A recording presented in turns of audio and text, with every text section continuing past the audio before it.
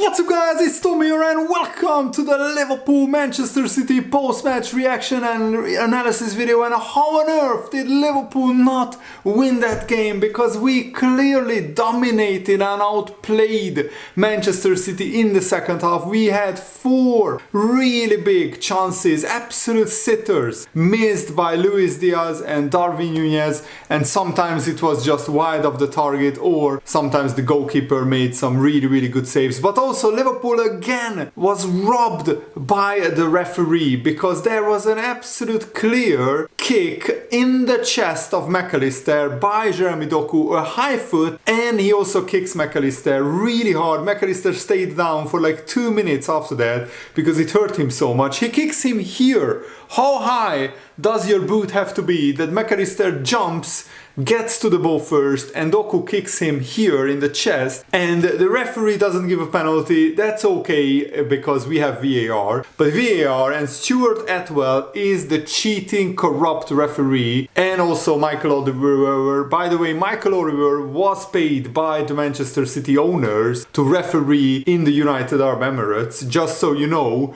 why the Premier League referees are corrupt. It's clear as day that Man City are paying the referees to make decisions that benefit them in these big games, because now that is so many big games. The Tottenham game where Liverpool got 2 red cards and a perfectly good Luis Diaz goal choked off for offside, which was never offside. The Arsenal game at Anfield where Odegaard played basketball with the football. He touches it multiple times with his hand. Referee doesn't give it. And this time, yes, it's the last minute, and yes, it's a huge occasion. It's the biggest game of the season, and the VAR referee ultimately bottles it. He clears it too quickly. And yes, Liverpool might get a PGMOL apology, but they can shove that up where the sun don't shine, because Liverpool probably missed out on 8 to 10 points because of corrupt, cheating refereeing decisions. The referees basically decide the title race, not Man City, not Liverpool, not Arsenal. The referees decide the title race. That's what the English game has gone to. That's what VAR in England are doing. You don't see this in other leagues. There are some big VAR mistakes in other leagues as well, but not every week, and not huge like title race defining mistakes where basically VAR can just decide who will win the title, because that's how influential they are. I don't want to talk about the referees anymore because it's just doing my head in. In my eyes, if Liverpool are not champions, it's because of the referees. It's not because of Jurgen Klopp. It's not because of the players. Liverpool had 8 players injured, and half of them would have started this game, and Liverpool still dominated and outplayed Manchester City, who had a full strength side. Man City missed one player, Jack Grealish, and he wouldn't have started anyway. All the other players were available and ready for Manchester City. By the way, where was Erling Haaland? You need to look into Jarell Kwanzaa's pocket. Jarell Kwanzaa, 21-year-old youth academy player, played at Bristol Rovers last season in the English football's 3rd division, and he bosses Erling Haaland in a game, in the biggest game of English football this season, the Premier League title race, Manchester City. The result, I think, is not fair, because in the first half both teams had 7 shots each, and Man City were slightly the better team and they were 1-0 up. Liverpool got caught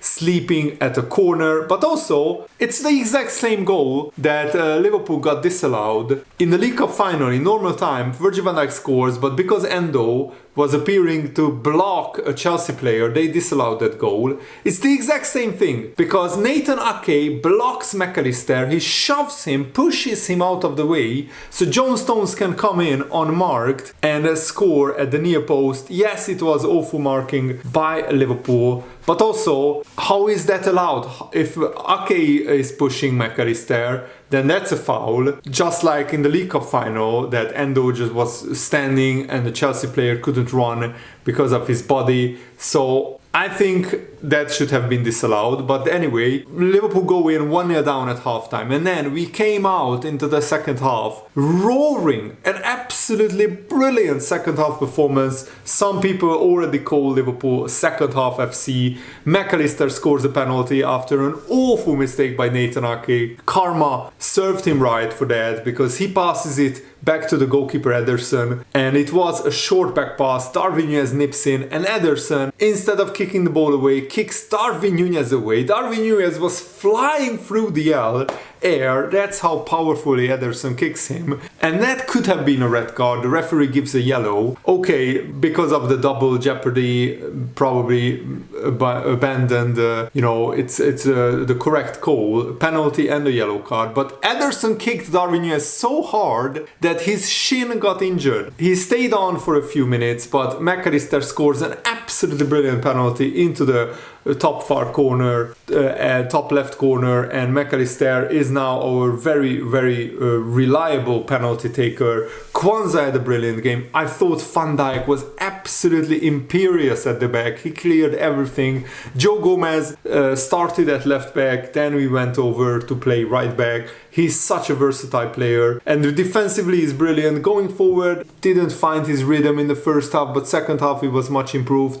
Conor Bradley had a good game, but I thought the best two midfielders were Endo and McAllister. Liverpool actually dominated the midfield with Endo, McAllister and Szoboszlai. I remember Endo cost like 17 million from Stuttgart, and he looks better than Moises Caicedo, who cost 100 million more. And Endo bossed the midfield of Manchester City alongside McAllister and Szoboszlai. And Harvey Elliott, I mean, this guy, honestly, the touches that he had, the first touches, sometimes the ball was hit so hard into him, and he controls it like Zidane in his prime. Absolutely brilliant first touches by Harvey Elliott. And I thought this game would be too far for Harvey Elliott, because he started 1, 2, 3, 4, 5. This was now his 6th game that he started, and he played 120 minutes in the League Cup final. He got a goal against Luton, and then he got an assist against Southampton, and he got a hat-trick of assists against Sparta Prague. So he has 1 goal and 4 assists in his last 6 games, and he played the full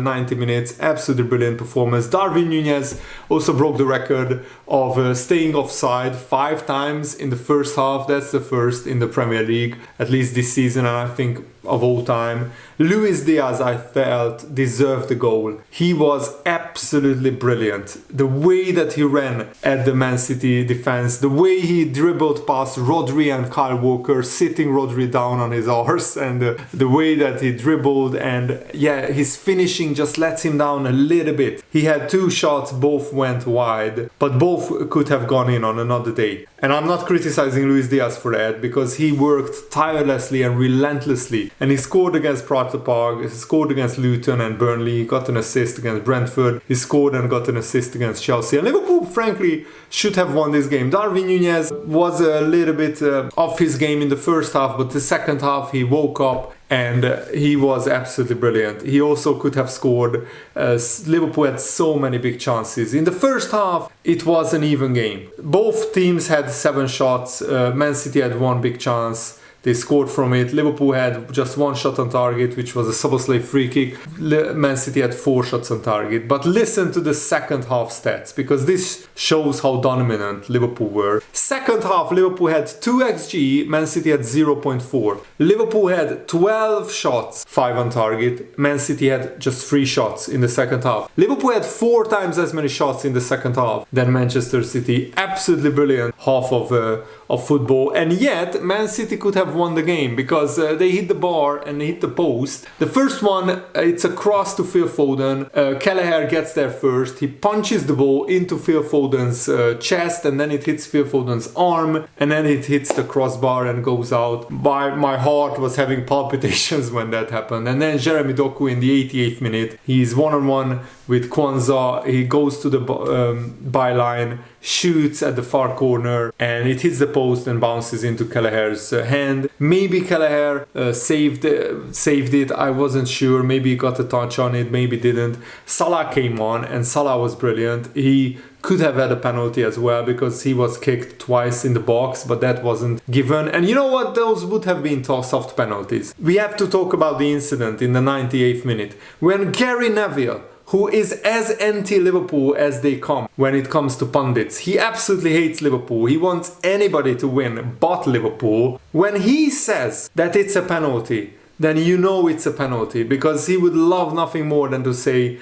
it's not a penalty. Jeremy Doku tries to clear the ball. McAllister comes in, he controls the ball with his chest, and then Jeremy Doku with his high foot kicks him here in the chest. It's a stonewall penalty. It's as clear as day. And yet Michael Oliver, who as I said was paid off by Manchester City, literally he went to work for the Man City owners. The same guys who own Man City, they are paying referees in the United Arab Emirates, and Michael Oliver went there to work at the beginning of the season, just 2 days or 3 days before the Tottenham-Liverpool game, which Liverpool clearly got cheated out of a victory, and the referee doesn't give it. But how Stuart Atwell, who was at the VAR, doesn't give it, he probably bottles it because of the magnitude of this occasion. But I don't want to hear any excuse from the PGMOL. That was one of the worst refereeing decisions I have ever seen. That's up there with the Luis Diaz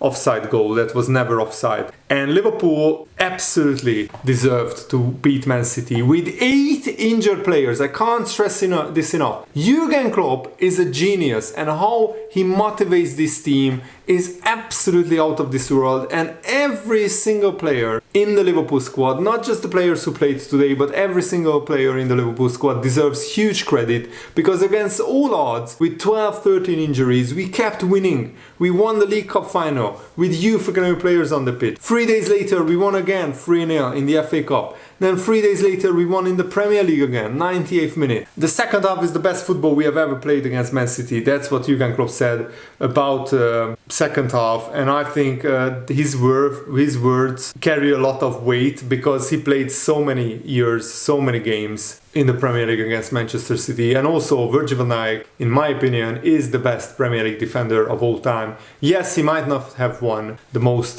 titles, the most trophies, but he's better than John Terry. He's better than Rio Ferdinand in his prime. Because those guys had bad games and bad spells. Virgil van Dijk, not really. Yes, he was out injured and he got a little bit of time when he got it back to get back to his full potential, his full match sharpness. But once he gets there, he's absolutely imperious. Nothing gets past him. Haaland was running one-on-one at the goal, just Virgil van Dijk back, and he couldn't do anything. He tries to go past Virgil van Dijk, and then he has a shot which was in the middle of the goal. And I mean, if Stuart Atwell was afraid of controversy, then he should have just sent Michael Oliver to the monitor. Surely it's on the referee to decide. He just needs to send him to the monitor and show him the images. Stuart Atwell himself wants to battle giving a blatant penalty because he's so afraid, so scared of what the media will think or what the people will say. Now it is an even bigger scandal. Because if he just sends the referee to the monitor, then the VAR referee just does his job correctly, and then it's on to the referee on the pitch, Michael Oliver, to make the decision. But the fact that he doesn't even send the referee to the monitor shows me that there is clear corruption in the Premier League, because there is no way in hell any referee who sees that would think, watching the replays, that it's not a penalty. Because Jeremy Doku's foot is high, he kicks McAllister in the chest, and McAllister was down for 2 minutes, it hurt him so much. Yeah, so let me know what do you think in the comments below. I don't even want to talk about the referees anymore, it's just so tiring. Like, the Premier League title race could be decided by the referees, and that's a disgrace in itself. The football what Jurgen Klopp is playing with Liverpool is absolutely brilliant. It's a joy to watch. I'm savoring every single game that Liverpool have left during the season, and in my eyes these Liverpool players are champions whatever happens, because with so many injuries, to not just stay in the title race but outplay the likes of Man City and Arsenal at Anfield and Man United is absolutely brilliant, and huge credit goes out to every single player. They are all heroes, and Jurgen Klopp is a legend, and Liverpool is a fantastic football club that is going to write another chapter in history for the rest of the season. Bring on the next few games. Now Liverpool have the Man City, Arsenal games out of the way, and if we can beat the rest of the teams, we can become champions, because Arsenal will drop points, Man City will drop points probably, but if Man City don't drop points, then it's still in Liverpool's hands. Liverpool are 1 point ahead of Man City, and I think that's crucial. Let me know. I mean, Mark Goldbridge, who is the biggest Man United fan channel on YouTube, he hates Liverpool, he's a Man United fan. He said unbelievable that at the end. Speechless. Anywhere else on that pitch, Doku is studs up and reckless. Liverpool have been robbed there, and it's Michael Oliver benefiting Man City again. Anywhere else on the pitch, it's at least a yellow card for Doku and a foul and a free kick to Liverpool, but it could have been even a red card. Maybe that's a little bit harsh, but yellow card for sure. So it's not even just a foul, and just a foul is enough to give a penalty. So yeah, let me know what you think in the comments below. Thanks for watching, have a nice day, see you later guys, goodbye.